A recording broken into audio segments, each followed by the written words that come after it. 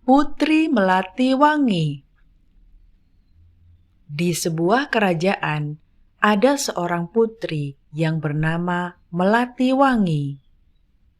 Ia seorang putri yang cantik dan pandai.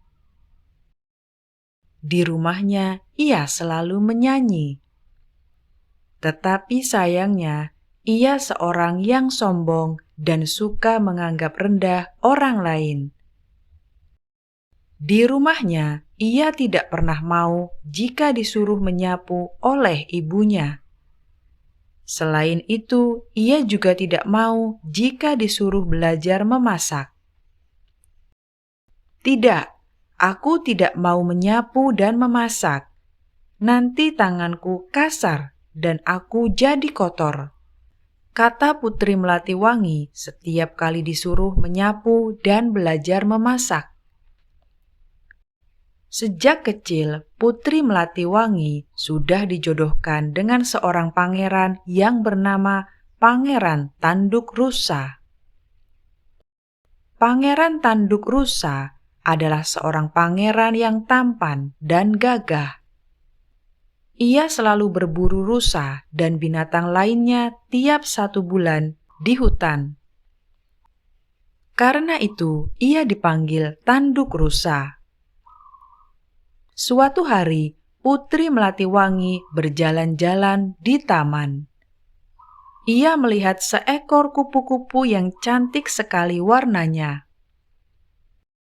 Ia ingin menangkap kupu-kupu itu, tetapi kupu-kupu itu segera terbang. Putri Melati Wangi terus mengejarnya sampai ia tidak sadar sudah masuk ke hutan. Sesampainya di hutan, Melati Wangi tersesat. Ia tidak tahu jalan pulang, dan hari pun sudah mulai gelap.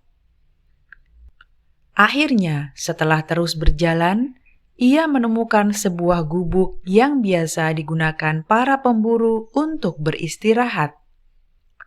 Akhirnya, Melati Wangi tinggal di gubuk tersebut. Karena tidak ada makanan, Putri Melati Wangi terpaksa memakan buah-buahan yang ada di hutan itu. Bajunya yang semula bagus, kini menjadi robek dan compang-camping akibat tersangkut duri dan ranting pohon. Kulitnya yang dulu putih dan mulus, kini menjadi hitam dan tergores-gores karena terkena sinar matahari dan duri. Setelah sebulan berada di hutan, ia melihat Pangeran Tanduk Rusa datang sambil memanggul seekor rusa buruannya. "Hai Tanduk Rusa, aku Melati Wangi. Tolong antarkan aku pulang," kata Melati Wangi. "Siapa? Melati Wangi?" "Melati Wangi seorang putri yang cantik dan bersih, sedangkan engkau mirip seorang pengemis," kata Pangeran Tanduk Rusa. Ia tidak mengenali lagi Melati Wangi. Karena Melati Wangi terus memohon, akhirnya Pangeran Tanduk Rusa berkata, "Baiklah, aku akan membawamu ke kerajaanku." Setelah sampai di kerajaan Pangeran Tanduk Rusa, Melati Wangi disuruh mencuci, menyapu, dan memasak. Ia juga diberikan kamar yang kecil dan agak gelap. "Mengapa nasibku menjadi begini?" keluh Melati Wangi. Setelah 1 tahun berlalu, Putri Melati Wangi bertekad untuk pulang. Ia merasa uang tabungannya yang ia kumpulkan dari hasil kerjanya sudah mencukupi.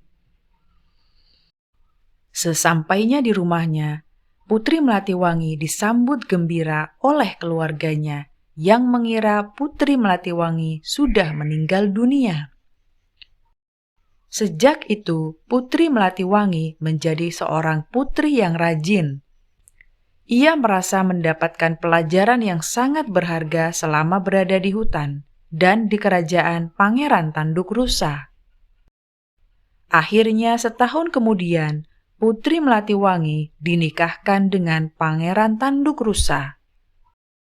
Setelah menikah, Putri Melatiwangi dan Pangeran Tanduk Rusa hidup berbahagia sampai hari tuanya.